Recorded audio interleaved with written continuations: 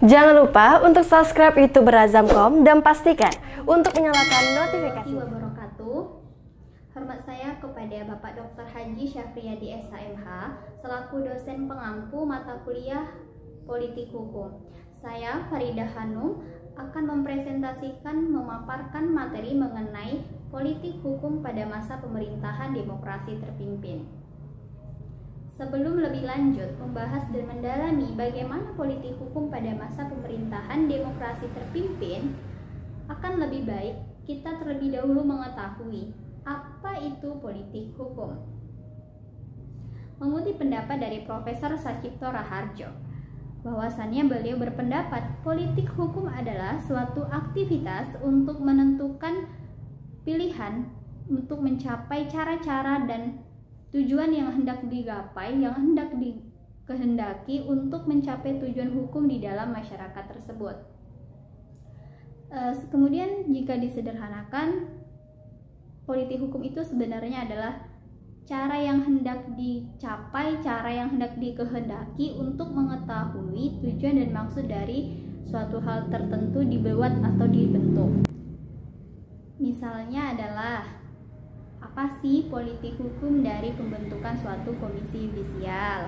Atau apa sih politik hukum dari dibentuknya suatu peraturan perundang-undangan? Maksudnya adalah sebenarnya apa tujuan dan maksud dari diciptakannya suatu peraturan perundang-undangan tertentu. Nah, kegiatan mencari tujuan dan maksud inilah yang disebut sebagai politik hukum yang nantinya akan menghasilkan suatu produk hukum berdasarkan sistem politik yang berjalan. Kemudian ketika kita membahas mengenai politik hukum, tentu tidak terlepas dari yang namanya sistem politik. Nah, di Indonesia sendiri, sistem politik itu memiliki dua sifat. Yang pertama, sistem politik yang bersifat demokratis, dan yang kedua adalah sistem politik yang bersifat otoriter atau non-demokratis.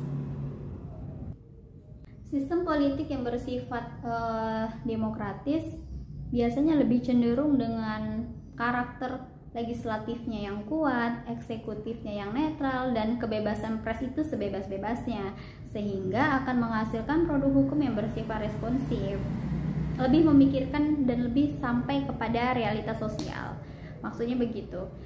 Sedangkan ketika sistem politik itu bersifat otoriter atau non-demokratis, itu akan cenderung terhadap legislatif yang kuat, legislatif yang lemah, eksekutifnya yang kuat, kemudian tidak ada kebebasan pers, sehingga dampaknya adalah menghasilkan produk hukum yang ortodoks atau tidak responsif, artinya limitatif. Nah, ketika kita menilik ke belakang bagaimana lahirnya demokrasi terpimpin ini, demokrasi pada masa pemerintahan Soekarno ini lahir dengan dikeluarkannya Dekret Presiden 5 Juli 1959 yang menandakan berlakunya kembali Undang-Undang Dasar 1945. Nah, ketika Undang-Undang Dasar 1945 berlaku kembali, maka sistem pemerintahan Indonesia pada masa demokrasi terpimpin ini adalah bersifat sistem presidensial. Salah satu cirinya adalah kepala presiden sebagai kepala negara juga sebagai kepala eksekutif. Akan tetapi, sistem pemerintahan pada masa demokrasi terpimpin yang ada di tangan Presiden Soekarno ini diduga arah pemerintahannya adalah sistem pemerintahan dengan sistem politik yang bersifat otoriter atau non-demokratis. Untuk membuktikan hal ini, kita bisa melihat konfigurasi politik yang terbentuk selama masa pemerintahan demokrasi terpimpin ini. Ada 3 konfigurasi politik besar yang paling menonjol pada sistem pemerintahan demokrasi terpimpin ini. Konfigurasi politik yang pertama yaitu kekuatan dan kekuasaan terbesar ada di tangan Presiden Soekarno.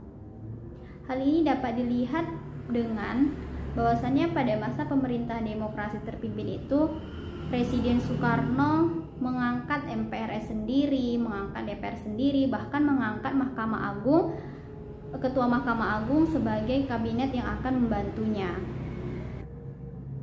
Nah, kemudian Presiden Soekarno juga mengatasi lembaga-lembaga konstitusional, menekan partai-partai, bahkan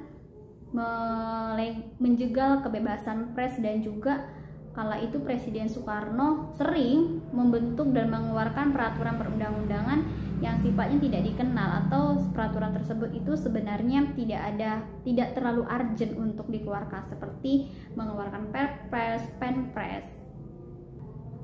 Akan tetapi kekuasaan dan kekuatan besar yang dimiliki oleh Soekarno ini itu tidak dilepaskan dari adanya dukungan dari tentara dan juga Partai Komunis Indonesia saat itu, yang mendukung Soekarno untuk membentuk dan menciptakan keadaan yang demikian.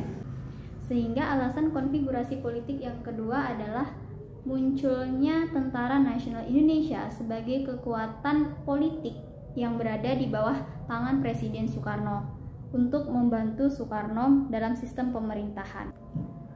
Nah, pertanyaannya, mengapa Tentara Nasional Indonesia atau TNI bisa dijadikan salah satu kekuatan bagi Presiden Soekarno gitu?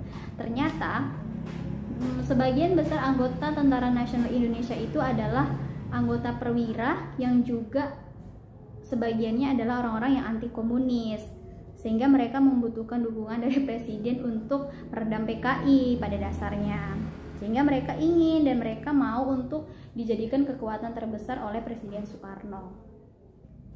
Kemudian konfigurasi politik yang ketiga yaitu munculnya Partai Komunis Indonesia sebagai kekuatan baru yang dimiliki oleh Presiden Soekarno untuk meredam dan melenggangkan kekuasaannya. Sebab ternyata Partai Komunis Indonesia itu pada masa pemerintahan demokrasi terpimpin yang ada di tangan Soekarno itu memiliki peran yang besar. Karena jika tidak memiliki peran yang besar, partai-partai yang ada itu dibubarkan oleh Presiden Soekarno. Contohnya seperti Partai Masyumi, Partai NU, itu dibubarkan dengan alasan yang tidak fair oleh Presiden Soekarno pada masa demokrasi terpimpin ini. Akan tetapi terlepas dari konfigurasi politik yang ada, bahwasannya antara Presiden Soekarno yang memiliki kekuatan paling menonjol, kemudian munculnya Tentara Nasional Indonesia dan juga munculnya Partai Komunis Indonesia, ketiga kekuatan politik ini pada masa demokrasi terpimpin nyatanya juga saling tarik-menarik, saling bersaing, bahkan saling bergantung. Mengapa saling bergantung? Konsepnya begini, Presiden Soekarno membutuhkan PKI untuk mengimbangi TNI, kemudian TNI membutuhkan Presiden Soekarno untuk mengimbangi PKI. Kemudian PKI membutuhkan Soekarno untuk melindungi dirinya dalam kegiatan politiknya. Dan TNI membutuhkan Soekarno untuk meredam Partai Komunis Indonesia atau PKI. Nah, gambaran dari konfigurasi politik yang ada ini secara langsung sebenarnya menggambarkan dan menunjukkan bahwa rezim pada pemerintahannya Soekarno di masa demokrasi terpimpin ini bersifat otoriter dan tidak non-demokratis, sehingga dampaknya adalah politik hukum yang akan menghasilkan produk hukum pada masa pemerintahan demokrasi terpimpin ini pun juga beberapa produk hukumnya bersifat ortodoks. Nah, salah satu produk hukum yang terbentuk pada masa demokrasi terpimpin ini adalah bahwasanya pemilu ditiadakan. Artinya produk hukum yang tidak melahirkan undang-undang tentang pemilu, kemudian menghentikan tugas dan pekerjaan anggota Dewan Perwakilan Rakyat, atau dibubarkannya Perpres nomor 3 tahun 1960.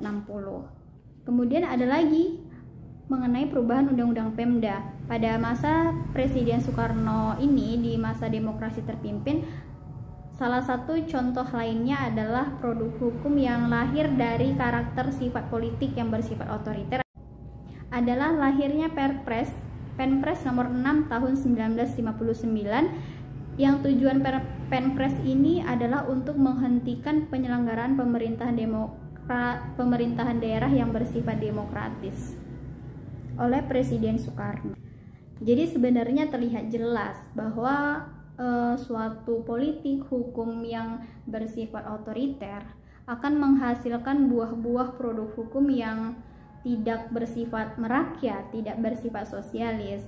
Akan tetapi ada satu produk hukum pada masa demokrasi terpimpin di tangan Presiden Soekarno ini yang sampai saat ini masih dipergunakan. Artinya lahirnya suatu hukum ini, suatu produk hukum ini, dia sangat menyenggol kepentingan masyarakat sehingga dia masih diterapkan. Artinya satu produk hukum ini tidak lahir serta-merta murni hanya karena kekuasaan otoriter Presiden Soekarno saja.